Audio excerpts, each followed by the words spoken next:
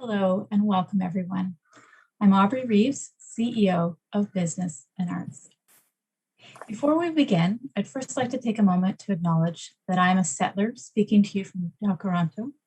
I have the honor to be a guest on the traditional lands and waters of the Petun and Wendat peoples and the Anishinaabe and Haudenosaunee confederacies, most recently the Mississaugas of the Credit River, as well as many other Indigenous nations, some of whose names are no longer remembered. We acknowledge all who came before us and who have traveled the lands and waters of this territory. We're grateful to have the opportunity to work, to live, and to meet on this territory.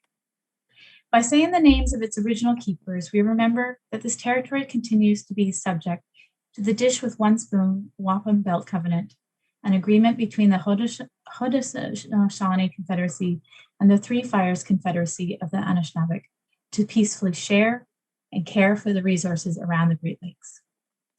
In light of recent events, many settlers are taking the time to listen, to learn, and to reflect on the meaning of reconciliation and what it demands of us.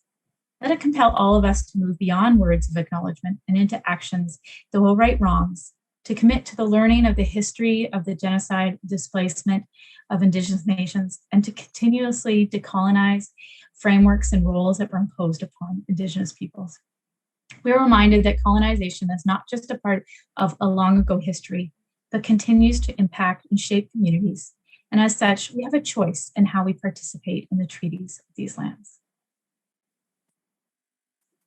Today's session is the fifth installment of the Arts Response Tracking Survey, a partnership between Business and Arts, the National Arts Centre, and Nanos Research, which provides the arts sector with a deeper understanding of Canadians' attitudes on returning to indoor and outdoor arts and cultural events across Canada. This edition of the survey was in the field in late May to early June. I'd like to say thanks to our founding partner, NAC, for their continued support and commitment to the project. Finally, just a couple small housekeeping items for today's session. The English and French translation of the full Nanos report is now available on our website. We also are happy to have ASL interpreters from Toronto Sign Language Interpreter Services with us here today. Only the presenters and moderators will have our microphones on today, so please submit your questions in the Q&A box and vote for the ones you think are most relevant. The session is scheduled for 1 hour and 15 minutes to give us ample time for questions. I will now pass the microphone over to National Arts Centre Board Chair, Adrienne Burns, who will say some opening remarks. Welcome to Adrienne. Thank you very much, Aubrey. Merci de l'invitation. The Board of Trustees of the National Arts Centre is very proud of this partnership with Business and the Arts and Nanos Research. These quarterly survey results provide trustees and boards of cultural organizations from all across the country with important data points that can guide them in their strategic governance roles at a time where culture-goers' expectations are evolving at the speed of the spread of the pandemic and now of vaccination rate and recovery. Like all of you on this webinar today, the COVID-19 pandemic disrupted our abilities to fulfill our core mandates. However, it also created an opportunity to reflect, to take stock, to clarify our vision, and to refocus our priorities. In launching our new strategic plan last summer, we made a commitment to lead and support the recovery and renewal of the performing arts sector, not a resurrection of the old, but rather a transformation into something really new. Through this work with Business of the Arts and Nanos, we are proud to provide the cultural sector across Canada with up-to-date information about Canadians' attitudes and intentions as we all navigate through the stages of the pandemic. On behalf of our National Arts Centre Foundation, I wish to thank Christine Armstrong and her Fanraji for their tremendous support of this research, as well as David Benet. This webinar is part of a monthly business and arts speaker series, thanks to its presenting partner, Power Corporation, and supporting partner, Manual Life. With that, I would like to turn it over to Nick Nanos, founder and chief data scientist at Nanos Research, who will take us through the latest findings. Thank you for it, Nick. Hey, Adrienne, and hope that we can see each other, everyone in person soon enough. And I think when we look at the polling numbers, I think that's basically on the horizon. So let me share my screen with the latest tracking.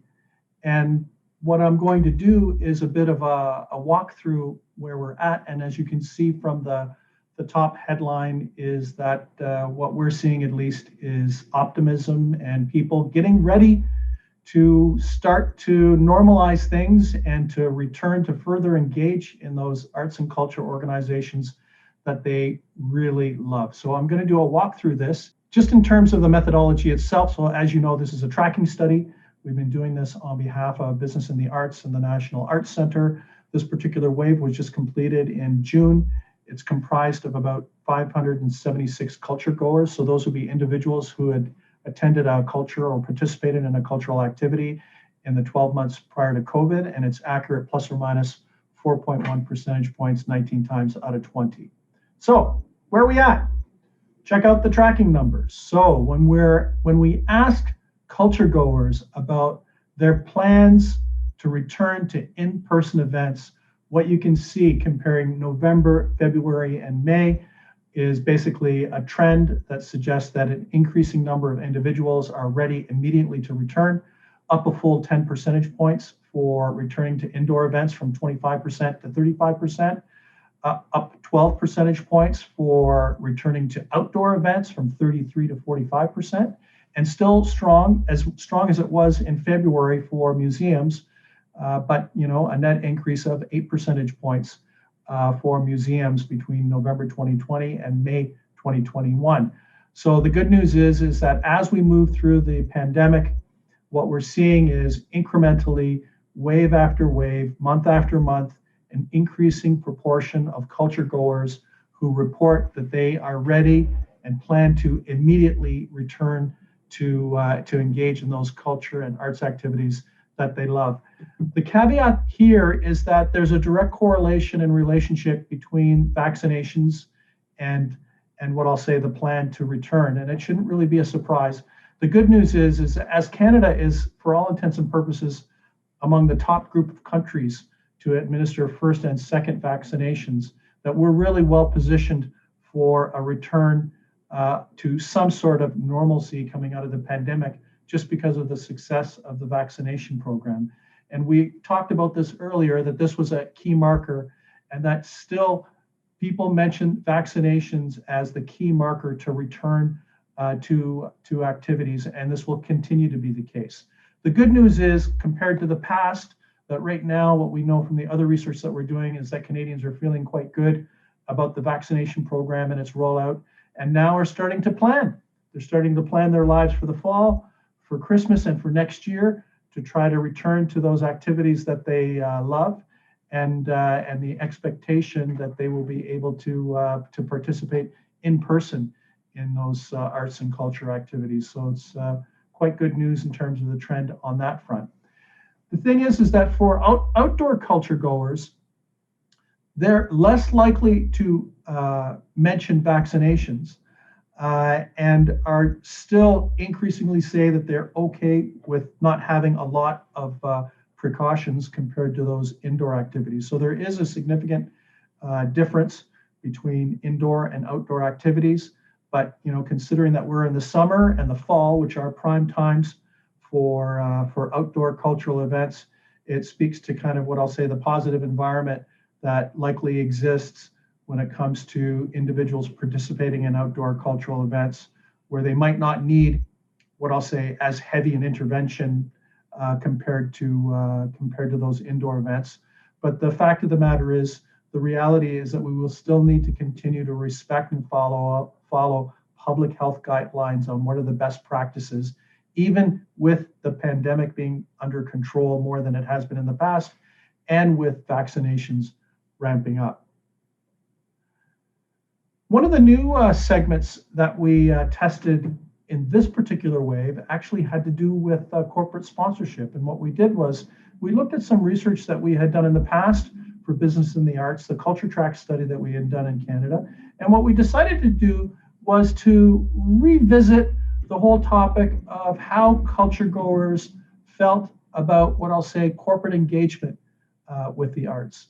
And what's actually quite striking in the numbers is that it really doesn't matter how you measure it, there's been an increase in what I'll say the proportion of culture goers that report a positive connection between corporations and their engagement and support of the arts. And you can see the 2017 number is the Culture Track number, the 2021 number is the number from the survey that we just completed at the beginning of June. And the net score is the difference between positive and negatives. But the key takeaway here is when you look at those green lines, those agree and somewhat agree lines, that there is a marked increase when it comes to the favorable views of culture goers when they think of corporations that support cultural organizations, that they're more likely to think highly of them if they do that. They're more likely to purchase goods and services from corporations that they believe support cultural organizations. And they're also more likely to listen to messages from corporations if they are organizations that support the arts. The other thing that's quite interesting in the makeup of the subgroups is that this whole idea behind the connection between corporations and the arts and how they can have a positive impact on how people view kind of corporations, that increases among women culture goers significantly over men. So it speaks to kind of the dynamic in the cultural community, where I think, at least when I look at numbers like this, it speaks to the fact that we are at a moment in time where for the corporations that decide to stand up and support arts and cultural organizations in Canada, if it was good in the past, it is even better now as we come out of the pandemic. And just quickly to wrap up, because as Aubrey mentioned, all these stats and much more are on the Business in the Arts website. So you can go there to download and go through all the statistical tables. You can see that the expected timing of the return is accelerated, that vaccinations and the success of the vaccinations are feeding that, and that's still an important factor as a precaution for individuals to come back, especially for indoor cultural activities. We can see that those that are unsure are actually on the decrease, which means that more people are forming opinions about their behavior, and that behavior is positive. And the other thing is that younger Canadians are more likely to already report having been engaged in outdoor events and museums. And they're kind of, why don't we just put them right now? They're at the front of the line when it comes to returning back to arts and culture organizations. And on the corporate sponsorship front, what the research suggests is that now we're at a significant moment in time, I think, because of the pandemic and what has occurred, where for corporations that decide to support arts and cultural organizations, that people will more likely look positively on those corporations that stand up to support those arts and cultural organizations that we all love and cherish. And with that, I'm going to throw it back over to you, Aubrey, and the really great panel that's going to be coming up. Thank you, Nick. A great summary of the research. If anyone has technical questions about the data or the methodology, Nick will be happy to answer those in the chat box during our discussion. So now I'd like to introduce our three panelists who will give us their take on the research findings. Joining us in Toronto, we have Kevin A. Ormsby, a man who wears many hats.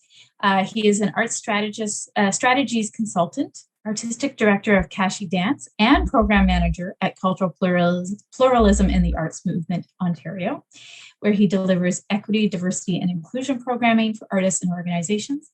As a performer, Kevin has appeared on stage with companies in Canada, the United States, and the Caribbean. He's an Ontario Arts Council Chalmers Fellowship recipient and a KM Hunter Dance Award nominee, and the recipient of the Canada Council for the Arts Victor Martin Lynch Staunton Award, and a Toronto Arts Council Cultural Leaders Fellow. Today, Kevin is representing the Toronto Alliance for the Performing Arts, known as TAPA, where he is a board member and the chair of the TAPA Corporate Working Group. Joining us from Vancouver is Kathy Mckenzie, who has had a 20-year career in the arts.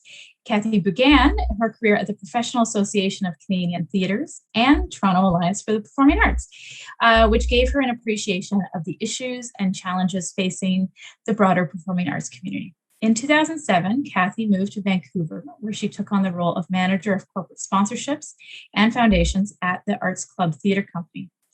Since then, she's moved through various positions and has led the fund development department since 2014. Outside of the arts, Kathy spends her time volunteering as president of Nature Kids BC, a small not-for-profit committed to getting kids outside and taking action for nature. And finally, also in Toronto, we have TD Bank Senior Curator Stuart Keeler.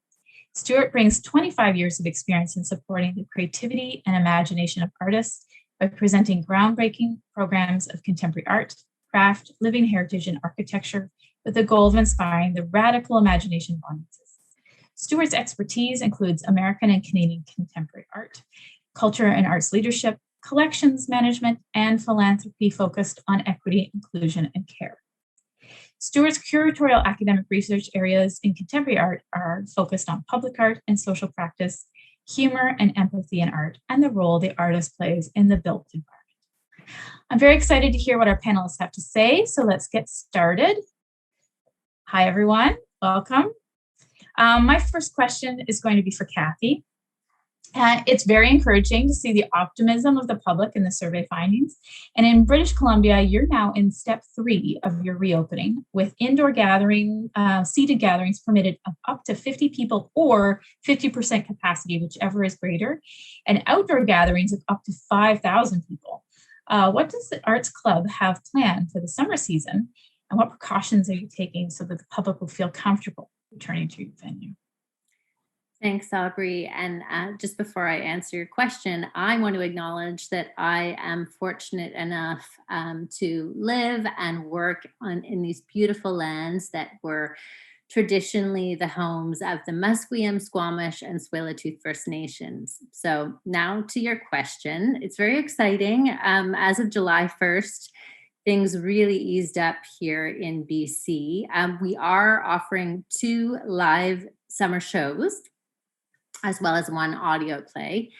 And while we had been planning for an audience of 50, we've recently learned that can be up to 50% of our capacity.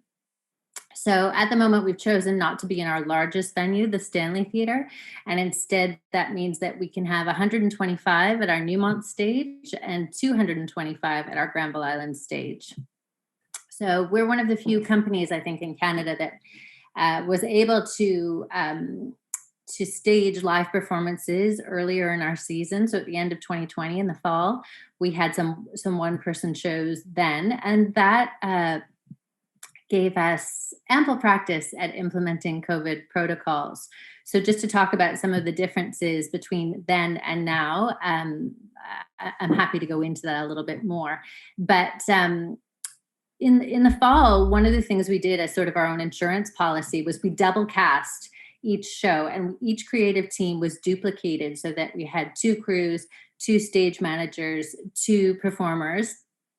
And that was that, in the event that somebody from one team would become ill, we would be able to isolate that team and make sure no one had contracted COVID and go ahead with team B, as it were. So we're not moving forward with that. That was an interesting experiment for us, but we are looking at understudies, which we've never done before as a not-for-profit theater company. So that's something we're planning for our 22-23 season.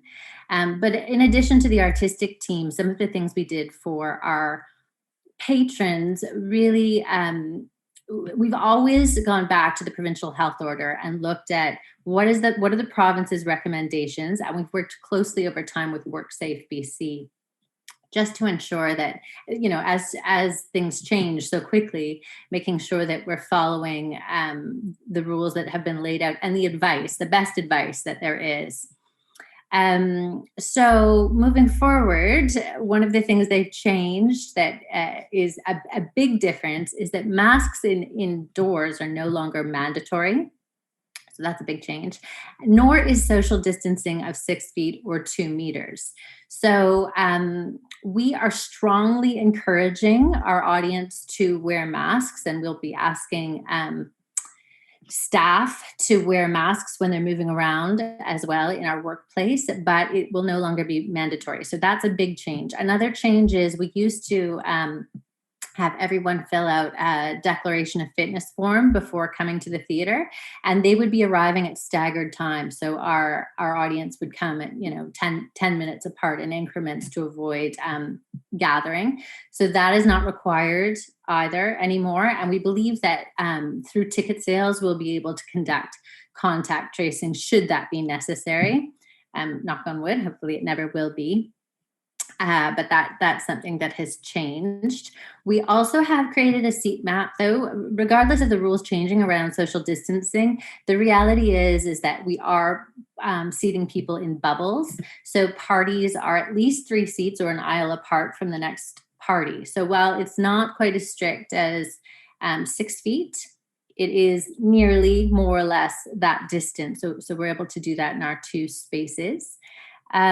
We also continue to have decals on the floor just to encourage people to maintain space when they're in public spaces such as the lobby or in line for the washrooms. So that continues. We have decided to keep our theater bars closed at this time because the provincial health order dictates that in terms of serving liquor, patrons have to be seated. So we don't have capacity to have wait staff going into the theater, taking orders, delivering drinks. So for the moment, for the summer, our bars remain closed. And this is sort of this transition period where we've been told by BC that by September 7th, we should be at full capacity. So if all goes well, we'll be back. And so this is the time in between where we're testing all of these things out. And just to share, our tickets did go on sale June 16th, and we are cautiously optimistic. Our 2 summer shows, we're at about 50% to goal. So the first one opens July 22nd, and we'll see how it goes. Thank you. That's exciting, but also really interesting to get all that detail about how you're actually planning out the reopening, since you are a little bit of ahead of some of the other provinces. So yeah, and specifically in Ontario, you're definitely ahead. So I wanted to do a little follow up with you, Kevin. We just entered stage 2 that permits outdoor performances of up to 25% capacity in Ontario. And the survey findings did show that 45% of culture goers are likely to attend outdoor events immediately. So there's clearly demand and there's appetite for those outdoor experiences this summer. Given that scenario, what do you see as the opportunities and challenges facing performing arts companies this summer? Thank you. There are many, and as I listen to the question and also what's been presented, some things are coming to mind. Some things around the artists and performing arts companies as cultural product. So if I try to map what that cultural product would look like, what are the challenges they're facing is that there are some companies and the membership within TAPA as well that have a scale that they're able to go in and create outdoor performances and be in those particular spaces, but there are some that may not be because they're project-based companies. And so in that particular sort of numbers, some of the challenges is around space, some of the challenges is around companies' organizational structure. Do they work in the summer? Do they only follow like a performative sort of cycle that is September to, the school year, September to June? Are they off now?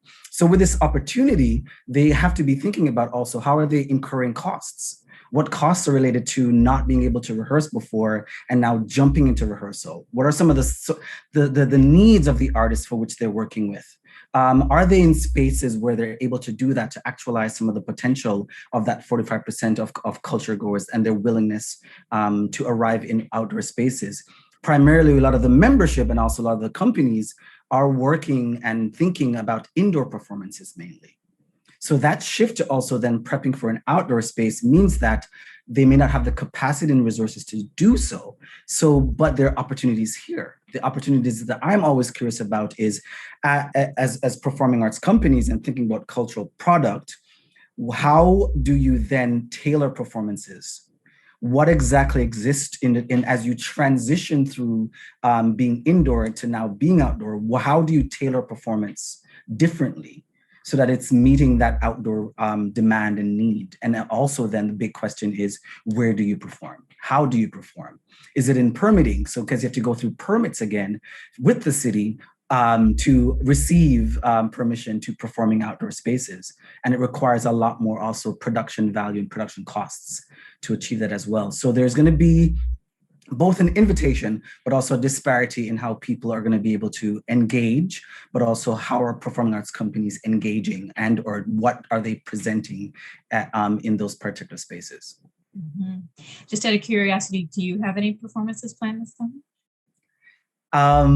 I indirectly do, but those from my company are filming for another festival that will be happening in the fall. I'll be rehearsing in a work, shameless plug probably, with Luminato and Canadian Stage called New Monuments, and that starts late August.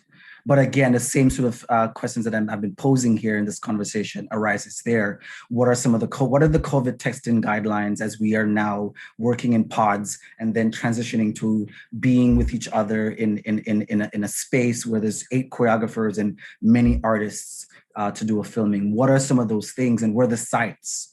So some of the things is around permitting and where the city is also then offering potential sites for that work to be achieved. So those complications, again, with the willingness and the energy of culture goers are going to be some of a challenge because, you know, they might be optimistic in engaging outdoors, but what are some of those realities for them? And I think also there's something there about when we say culture goers, who are we speaking of? You know, which populations of cultures are we speaking of? What forms of art do they engage with, and where do they engage with the art? Yeah. Yeah, so logistics is certainly one of the biggest challenges that people are facing. In Ontario, art galleries and museums are still closed. They aren't permitted to reopen until stage 3. And Stuart, as the curator of TD's corporate arts collection, I'm sure you've missed and are continuing to miss being able to go to museums and galleries to see new work and to meet artists.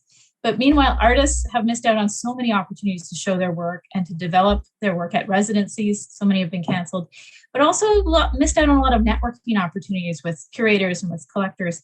I wondered if you could comment on how these closures of the past year and a half have impacted really the arts ecology and how we work together.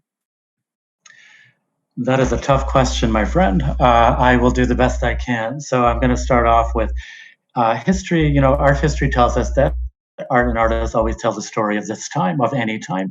And I think that's really interesting to begin with, because, you know, once the pandemic hit in our little Zoom boxes here, and here we are still, you know, music, dance, visual art, literature, film, storytelling, if you will, we all turn to the value of arts and culture to see ourselves reflected or to find that space of inspiration. And so I think that, you know, the art world did continue, the ecology did continue, but it did shift. And while there was annoyance in being stuck in our little boxes, conversations were being amplified. An example of that is, you know, for example, people with disabilities, the virtual experiences opened up accessibility, presence, voice, participation, exhibition opportunities in ways that empowered and built new opportunities and awareness. And further to that, you know, something that is close to TD's heart is, you know, who has been excluded from participation in the art world clearly came to the forefront during the pandemic. And I think that's something that we all know. Breakthrough conversations opened up, you know, historic and I will say intentional marginalization that has been historic in arts and culture. That has been, we are beginning these conversations now, creating reflection, looking at systemic change, how the goal to transform, advocate, shape, and even advance equity with real meaning. So in a sense, you know, even though the art world was shut down, the physical spaces were shut down, serious thinking was happening, people were connecting, and there was something even bigger and more important, is that we all prevail with the almighty Zoom call to learn to be present, accountable in new ways, and questions to create space, stand back, and allow and hear people to begin the true work of forming an inclusive art ecology. So that is I think is the pandemic gift, if you will, is that there have been really meaningful conversations to implement change. Just the beginning. Thank you. Yeah. I see a lot of head nodding. Kevin, did you want to respond at all to that? Not at all. I'm in agreement of the nuances around funding, but also support and what's involved in that, and also the nuances around again, this idea of the new potential, how the sector is shifting to understand and to include that new potential of being online in a Zoom space, because it's gonna, I think, gonna be with us for a little bit longer in our reality as well. Right.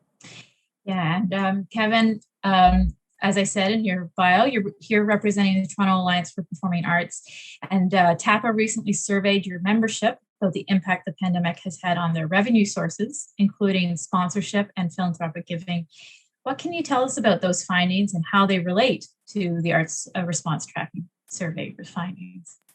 Sure, I'll just give you some intentions. So the background that we were curious about was to assess trends in corporate funding to the performing arts in Toronto and understand the relationship between corporate and performing arts organizations.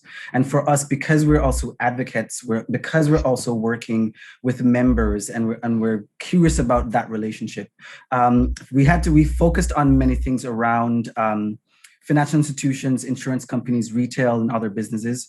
And that also included in-kind funding from foundations and or government sources. And we had particular strains of how we were looking at the material. And we focused primarily on the financial institutions application process. We looked, as Stuart mentioned, with this idea of how are corporations articulating equity, diversity, and inclusivity, and what that might mean as an implication for performing arts organizations.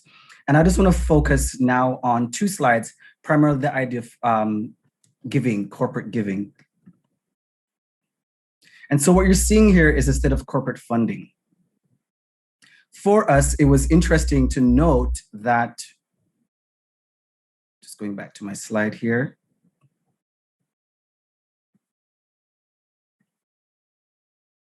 Yeah, what we can see here is that the finance sector is the largest funder, and other businesses also contribute often with smaller amounts. Most support for one-year cycles is evident, but there are also long-term funders supporting 5-year cycles. Majority of funding remains stable or even increased over time.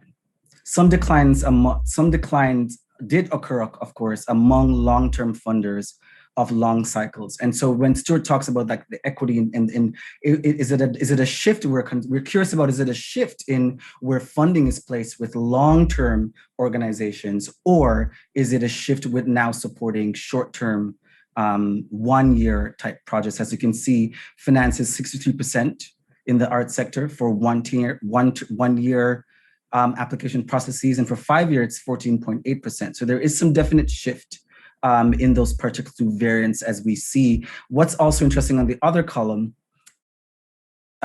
where exactly are the amounts of money being divvied? 50,000 and more, 25,000 to 50,000, or we see a large percentage amount in the 10,000, 25,000 range. And so what we can gather and how we could possibly use it to support the membership organizations is figure out where they may also be willing to receive funding and potential funding may come from when thinking about working through corporate funding. And the next slide.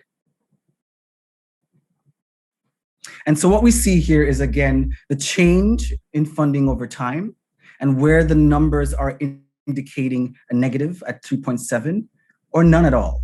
And where the positives are, it's 48.1%. So there is definitely a beautiful budding relationship with corporations and with funding in the arts. That could mean some beautiful things moving forward, coming out of a COVID and coming out of a pandemic as well. We do also see a huge significant in the column over to the right, in the 10 years or more, that it's 17.9% in relationship.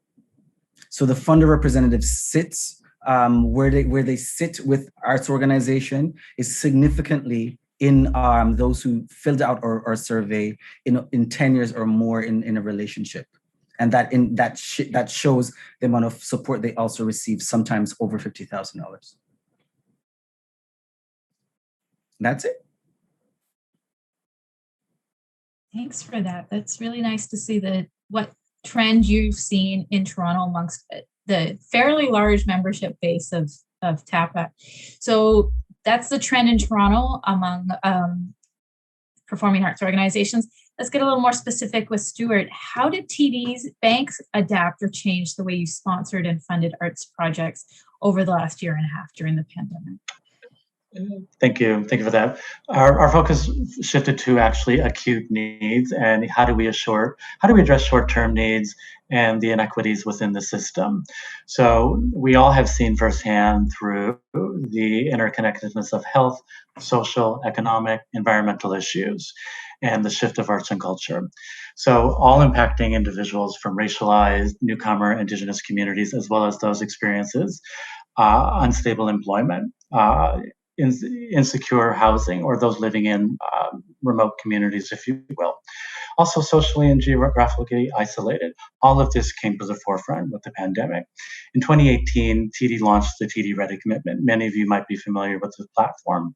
And so the 4 interconnected drivers of change are financial security, better health, connected communities, and vibrant planet.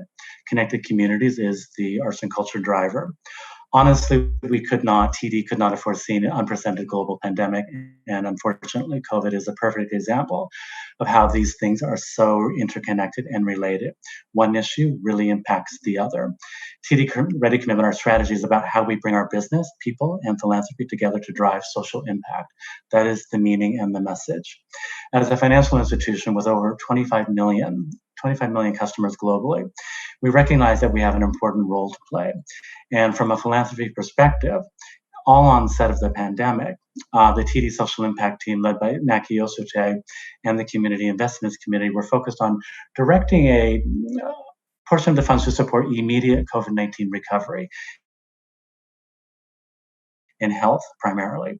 TD did this in all areas, but by allocating funds also to our regional offices who could take a very local approach to ensure acute needs were met within our communities that we serve. Obviously, the pandemic crisis has reaffirmed the interconnectedness of social impact in environment, health, communities, and even arts and culture. These issues are, how do we approach investment in programs and initiatives that lead to a more thoughtful and equity-based and inclusive tomorrow? Thank you. Thanks.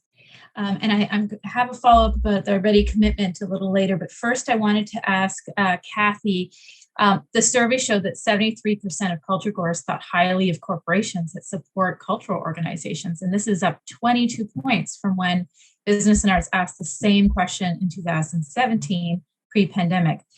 As a fundraiser yourself, how will these findings influence the way you make your case to future corporate partners?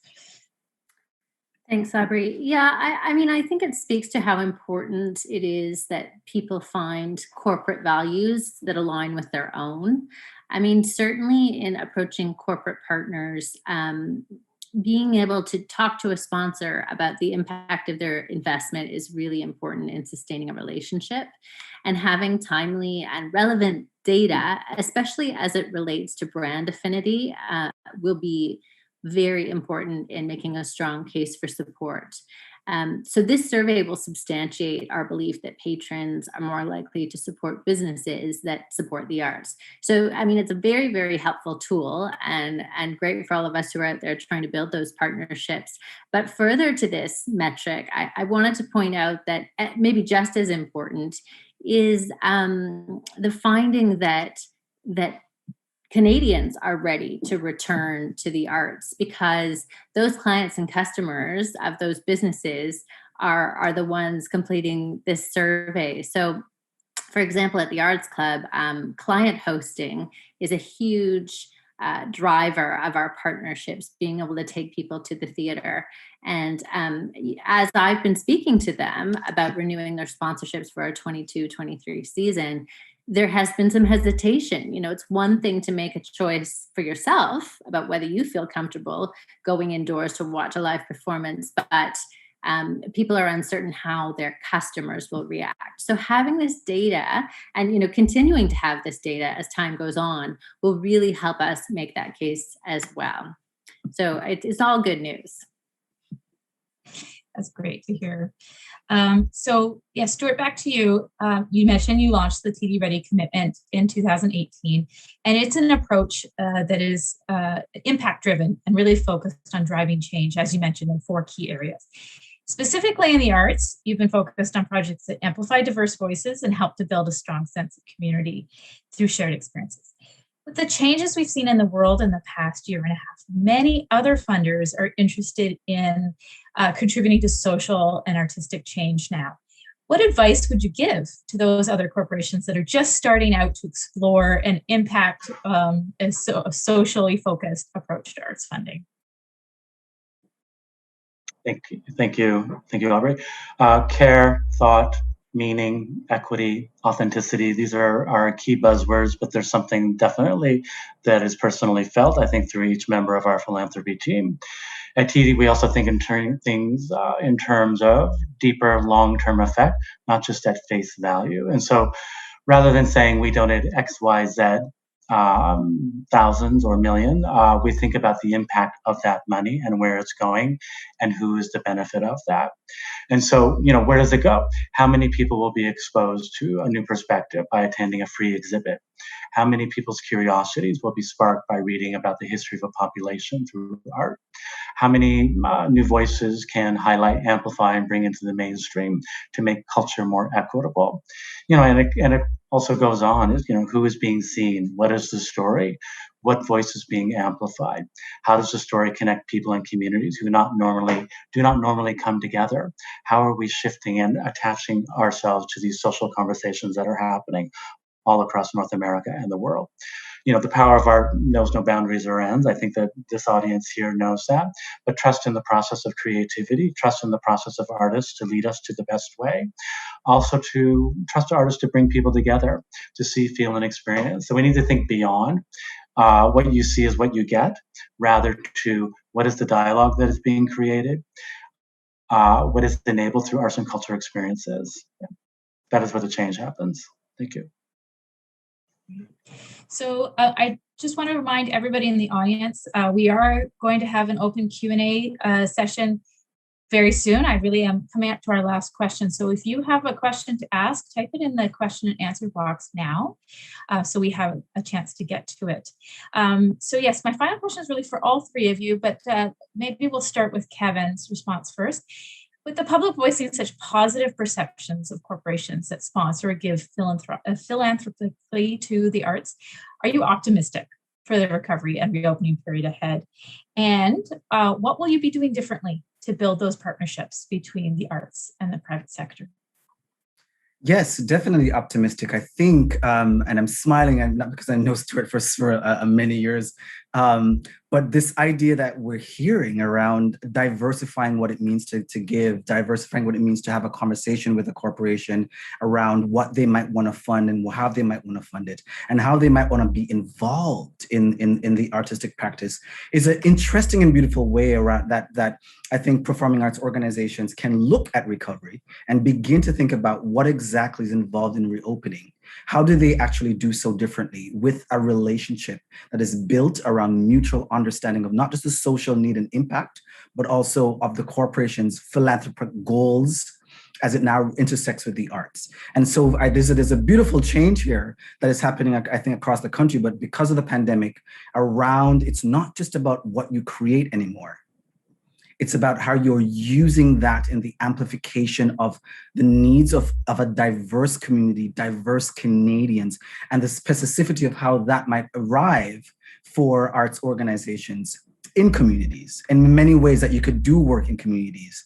So the idea, which I'm really curious about as the chair of the corporate working group, is actually how do we become a sort of catalyst of being a person that could speak and have conversations with corporations and then membership in understanding where those shifts are, and then also bring corporations into conversation with the performing arts sector. So that way, it's not just about the money, as we've been used for it to think about it in the capitalist model, but it's really about the impact of that support and the impact of those money amounts on a larger section of the society than it used to impact before. And so it's a potential for also, I think, for arts organizations and also private sector to realize the potential of what that impact will mean for its potential clients, the potential culture goers, but also the potential artists that will be at the end of that cultural product. So I see it as a long line of opportunities and possibilities in when we think about recovery. One of the things I want to drive forward is also this idea of really looking at the sort of psychological need of culture goers as they come back into space, and how arts organizations and also corporations can support that understanding, so that you won't just come into a theater space.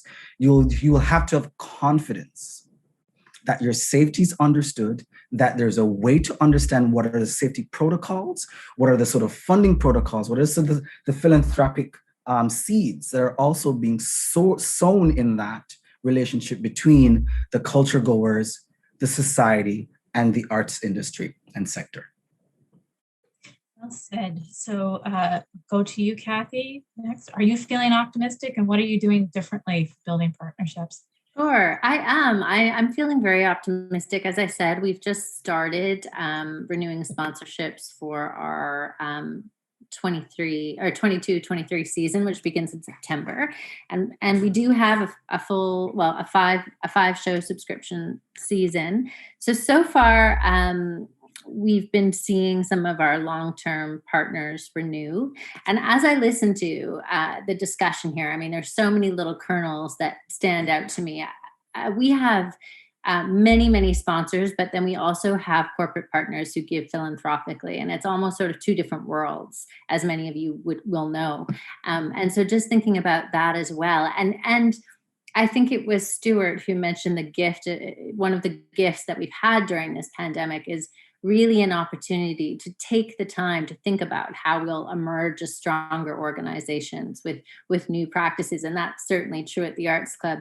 So, I mean, it's a great provocation for me too, to think about those discussions that we've been having and the new programs we're rolling out and the deepening of those programs. How can we begin to invite the partners that were traditionally in more of a sponsorship relationship with us to have a more meaningful investment in those initiatives. So I'm very optimistic. I do think the world has changed since the beginning of this pandemic, and we're certainly growing and changing. So it's a great question, and very positive to think about how we might engage with our partners in this way moving forward. You, Stuart? How are you thinking differently going forward? Thank you. I think optimism is my middle name, honestly. In a sense, we're in building and shaping a world that relies on arts and culture in the good times. We also must understand the interconnectedness, again, that word, to bring people together also within times of challenge. So obviously, through the pandemic, we live in times of social change. To be relevant and to stay, I guess, creative and financially present, all arts and culture producers and supporters, we must be bold, activate change and rethinking about who is present, who is absent, and generate conversations to create equitable space. And remember that we don't live or work in silos, but rather we are all connected. And I think that is one piece that the pandemic has brought together. And so that we're all, I guess, interconnected drivers of change personally, and how we can shape our own individual world, but also collectively to really impact and really bring the arts and culture forward in a way that's really meaningful for everybody. Thank you. Beautifully said, everybody. So thank you. Those were all my prepared questions. I'm now going to ask Monica to join us to do a little roundup, and then we'll have questions from the audience. Thanks so much, Aubrey. Before starting the Q&A, I'd like to mention that throughout the summer, we're celebrating the 2021 Business and Arts Award recipients and their dedication to philanthropy and partnerships. This year's award recipients include Mavis Staines from Canada's National Ballet School, Netflix for their partnership with Hot Docs, and many more. Please visit awards.businessandarts.org to read more about these deserving recipients. And if you have ideas for next year as well, I encourage you to nominate and submit for them there. And getting started on our questions, our first question comes from Jacoba, and the question says, thanks very much, Kathy. I wonder if you can speak to the protocols that you're using for audiences, since masks and social distancing are not being dictated provincially in BC. Are you checking for patron vaccinations? Is there a vaccine card or equivalent required for audience members that they might present while reserving tickets? Thanks for your question, Jacoba. No, it's been a really interesting discussion because I don't know if you've been following what's happening in the States. Like there was a Springsteen show and they were requiring that everyone be fully vaccinated, and if it wasn't if it happened to be AstraZeneca, it was no good. So we did talk at length around the board table about what we could ask for and what we could also reasonably enforce. That was the other piece. Like what could we ask our front of house staff to enforce? And certainly in the fall, they were literally standing there with iPads going through all the COVID questions we've all become so familiar with. But now, I mean, we're sending something out. You get something 48 hours before your performance saying, if you have any of these symptoms, don't come. We're now issuing free refunds because we really want to encourage people to stay home if they even have the slightest symptom of anything at all. But then we're at we really do want people to wear masks, and that's what our signage will be. But because the province isn't mandating it, we're not going to be throwing people out if they won't wear a mask. So that's just what we're doing. We'll see how it goes. Thank you. Our next question is for you as well, Kathy. And this question is, will your programs be longer than 60 minutes, and how might intermission work? So the one-act plays that we're doing this summer are about 90 minutes. We won't be having intermissions. We didn't have intermissions in the fall, and part of the reason for that is because we don't want people to commingle in the lobby and chit-chat, and also we can't open our concession anyway. So that's sort of our main reason for having an intermission. Also, we have directional arrows in our theater so that we're being a little bit more lax on if you have to get up and use the washroom, please exit by this door and come in by that door, so that there is just a one-way flow of traffic, but no intermissions right now. Thanks. Our next question comes from Bill Hammond, and the question is, I am interested in the tension between demand and availability, particularly in Ontario. Very few seats can be sold at present for fairly limited runs, and these are then in turn selling out very quickly, which builds audience frustration that you can't actually attend the events. I'm curious whether this was encountered in the earlier opening provinces and whether there are fears that this will damage audience relationships and retentions in Ontario. Well, I can speak to in BC. That hasn't been the case yet. I mean, we are seeing, considering we had shows in the fall when there were no vaccines at all, right? We were just kind of hoping anyone would show up, and they did, and it was great. Very small audiences though, of 50, but we didn't have the problem of more demand than we had space, and that's not what we're seeing yet. As I mentioned earlier, we're about 50% to goal, so. We're still hoping that it fills up very quickly, but I think there are still a number of cautious patrons, and so far, no one's getting frustrated about not getting a seat. I just also wanted to add there, Bill, it's a really beautiful question. I think there's something there about the implication of budget bylines, right? When performing arts organizations put this grant into the councils and stuff, it has like a box office, right? And so now with less attendees, there is this implication of loss to the financial revenue of the production. And so there's also the tension of what exactly does it mean for the livelihood of actually, the practicality of actually having, being indoors and having a performance and a production that has a whole list of expenditures, but may not see enough revenue on the other end. And there's a beautiful tension there that I think many of the members, the membership for TAPA and also other arts organizations that I'm familiar with are grappling with.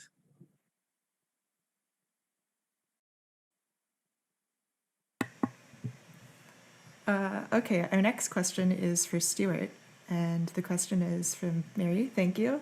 Stuart, the impulse to make room for more diverse voices and audiences has led to the development of new creative arts organizations. As new organizations, they will not have a track record and such a thing as audience numbers to support their efforts to secure sponsorships and donations. How do you see your organization responding to such new organizations? Thank you. I appreciate that question. I think the best answer I can provide is that apply to TD Ready Commitment, go to the website, and all of that is listed on the website. We are very keen on great ideas and ways in which bringing people together. So if it falls within that connected communities genre, we're definitely interested in looking. So that's actually the best answer. Yeah. Thank you. Thanks so much. Our next question is, Alberta is fully open already as of July 1st. There are concerts in early September that are already looking sold out, and some organizations are already moving forward with in-person events without spacing in August. They included the emoji, thank you for that. Has anyone here been in contact with Alberta organizations, and what are they moving forward with in regard to precautions and protocols for these events in summer and onward? There was a follow-up question that someone responded to that with, and it was from Calgary Outdoor Music Festival, and they have developed a detailed handbook on health protocols, and the handbook has been endorsed by the AHS and is being used as a standard for some festival preparations. I wonder if there are any similarities in your provinces as well for anyone interested in chiming in.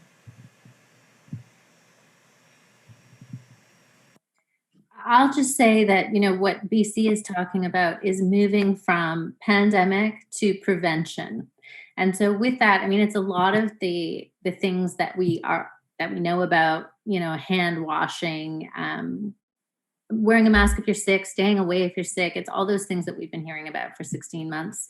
But it is kind of, I have to admit, like when we got the announcement, I think we got the announcement on June 29th, it felt dramatic. Like it was such a shift, and we're not as open as Alberta is, but it just felt like, what do you mean I don't have to wear a mask? And I've gone to the grocery store and people aren't wearing masks. I'm wearing a mask.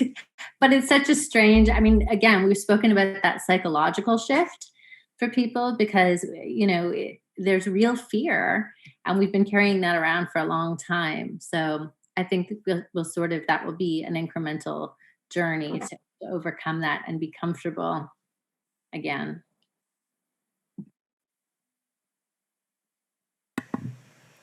Okay, our next question is from Marilyn, and the question is, can you speak about hybrid models and possibly continuing to offer live streaming of performances of arts events post-pandemic?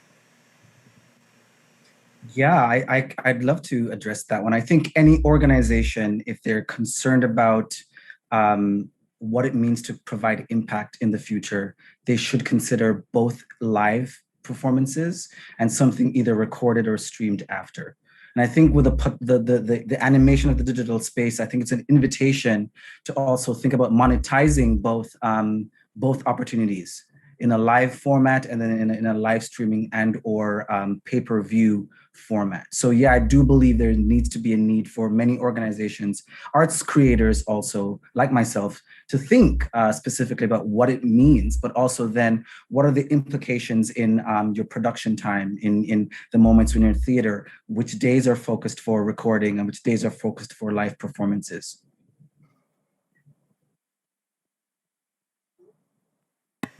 Absolutely, and especially for accessibility as well. Our next question is from Michelle Parson, and Michelle asks, Kathy, so is it a mandatory pre-purchase of tickets in order to contact trace? Yes, but we only require one person from, the party. So if I can buy 4 tickets, and as long as we have one person to contact, should there be an outbreak in the future. But yes, you have to purchase in advance. Okay, our next question comes from Noor, and it's directed to Stuart. Stuart, do you collaborate with galleries or only with artists directly? And if yes, is there a way I could contact you? I'm going to say yes to the dress, and you can email me. I'm going to give my email out. Is that, or do I do that through you? Yeah, stuart.keeler@td.com. It's really easy. Looking forward to 382 emails. Thank you so much, Stuart. Yeah, happy to share. Our next question comes from Churumali, and the question is, we often hear the term change in the context of arts. There are forms of art like theater which can directly provoke societal changes, but arts such as classical music, dance, literature, poetry, etc. are transformative on an individual level and indirect influencers of change in the society. Do funding institutions recognize the role of such arts? Wow. Okay, I'll take that one. Sure. Well, I think we're at a moment, and the pandemic has amplified that. I think the Black Lives Movement, I think there's a whole bunch of shifts, you know, the anti-Asian race. There's a lot of violence that has come over the past year and a half. And I think it's an encouragement for those who fund arts, those who present arts on this call, to really think about, even I'll throw away the classical. It's not about classical arts. I think it's about the arts in general, whatever they are, and that even within those particular forms and structures, there should be allowed to be as diverse as they possibly can be. So there's definitely a shift that we see, and it needs to continue around who gets funded, what assessment looks like, what presentation looks like, what also is the role of the arts in education, which is often not understood by many by Canada Council in the same way, because this is the potential about unifying the artistic practices in having and supporting societal changes. And that's of the arts to begin with. So it's moving away from what might have been the strictures and structures that we've created for the arts in the country itself. Can I respond to that? I'm looking for an excuse to talk to Kevin. Yeah, absolutely. Great ideas. Bring them forward. We need them. And there's no, it's like the model needs to be reinvented. And again, we look to art and artists to bring that forward and bring it. Yeah, 100%. Please. Yeah, love it. Thanks so much, both. Our next question is about digital streaming as well. And the question is, the pivot to digital streaming of some performances is happening and inevitable. How do you think that will impact bums in seats? Or do you think a hybrid or dual mode will be more viable? I just want to speak about our experience briefly. So the shows that we did in the fall, we sold them as digital streams, $10.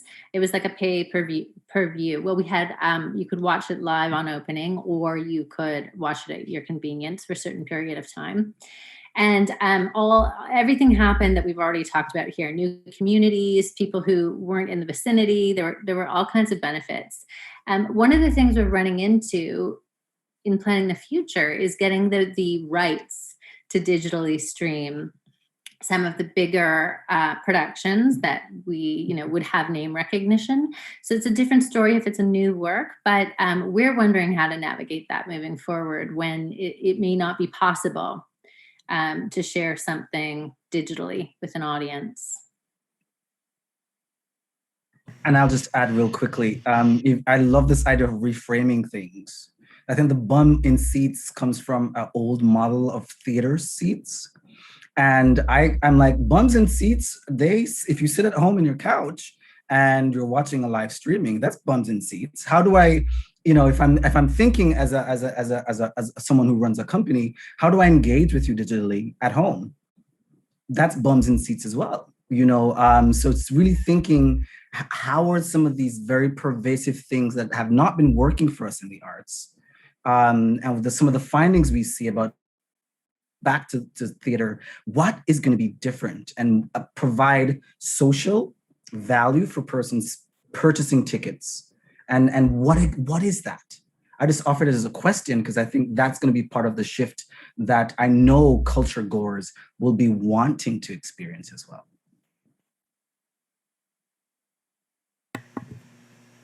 Absolutely. And one final question.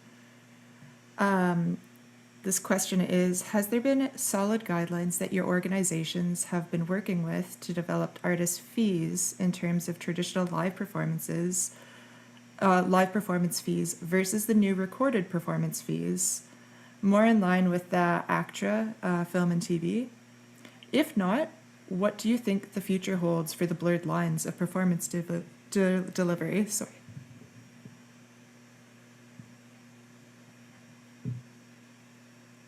Well, I can speak for our organization. We've been, we work with the Canadian Theatre Agreement, and there's now a COVID addendum. It's certainly not my area of expertise, but there are some rules, new rules around that, as long as the pandemic is on. So we're working with those, and we're also working with the Associated Designers of Canada about compensating designers, and as it applies to this digital realm, and how we ensure that, that they're compensated properly. So it's kind of evolving. It continues to evolve. I feel like, we're learning as we go. But those are sort of the guidelines we're using. And of course, we're using also UBCP, which is the film, the film union here in British Columbia.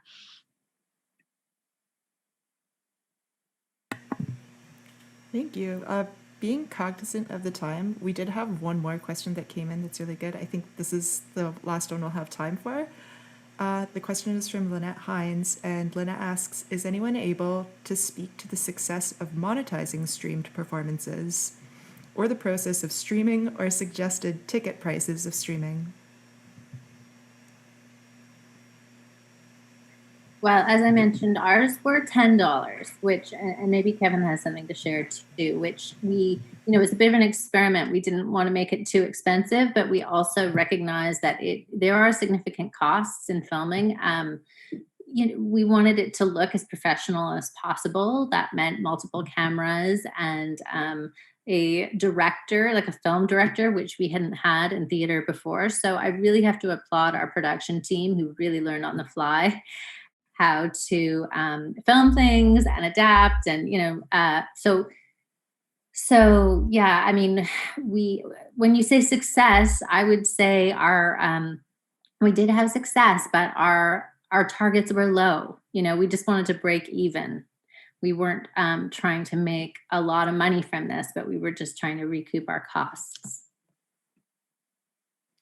I have not explored that option. I'm thinking about it now, but Lynette, what I would offer is maybe an email over to someone at Citadel and Company. I know Laurence Lemieux has invested through the COVID period in live streaming a lot of performances, and I'm sure she'd have some information about like production costs. How much is what exactly is also something about what exactly is in the idea of success?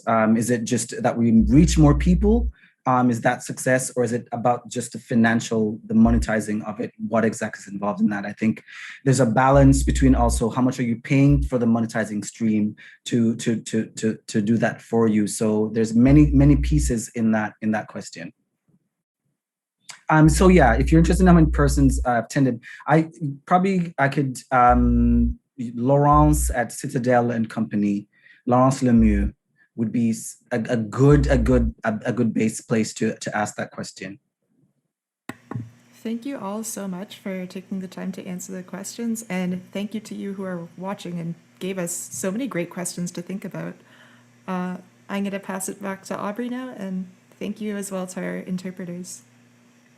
Thank you, Monica. That was such a great discussion to lead us into the summer season. And a note to sort of the last couple of questions about digital. In March, the focus area for the Arts Response Tracking Survey was about the public's interest in continuing to consume online performances once in-person was available. So I recommend to everyone to go to our website. You can watch the recording of the March session. You can also access the report. Yes, People's opinions will shift slightly, but it's a good baseline to at least go from. So please access that. For this presentation, I would like to thank everyone involved in another fascinating webinar. It was really, really encouraging to see so much optimism from the public to return to live events, especially outdoors as we enter the summer, but also so much optimism from our panelists. I'm really, really feeling very positive now. And as we saw, there was a lot of positive things also for corporations they can gain by supporting the arts during the reopening period. So I hope all of our corporate partners are listening and are also feeling optimistic. A big thank you to Nick Nanos of Nanos Research for your continued partnership and expertise on the Arts Response Tracking Survey and for your excellent summary of the research findings today. Many thanks to our amazing panelists today, Kathy from Arts Club Theatre, Stuart from TD, and Kevin from TAPA for contributing your insightful responses to the research and for answering all of our questions from the audience. And thank you to our 2 ASL interpreters from Toronto Sign Language Interpretive Services. I'd also like to thank the National Arts Centre for your continued involvement and support of this project, and for Adrian Burns for joining us today at the start. We're looking forward to continuing this 2-year project throughout the recovery period. Thanks to our supporters, David Bennett, and as well as Christine Armstrong and Irfan Raji, patrons from the National Arts Centre Foundation, for your additional support. And the Business and Arts Speaker Series is brought to you by presenting partner Power Corporation of Canada and supporting partner Manulife Financial. We are taking a little break over the summer, but we will return in September. So please visit the Business and Arts website or follow us on social media for future announcements of the speaker series and other news. So many thanks, and everybody, please get out there and enjoy the summer. Take care.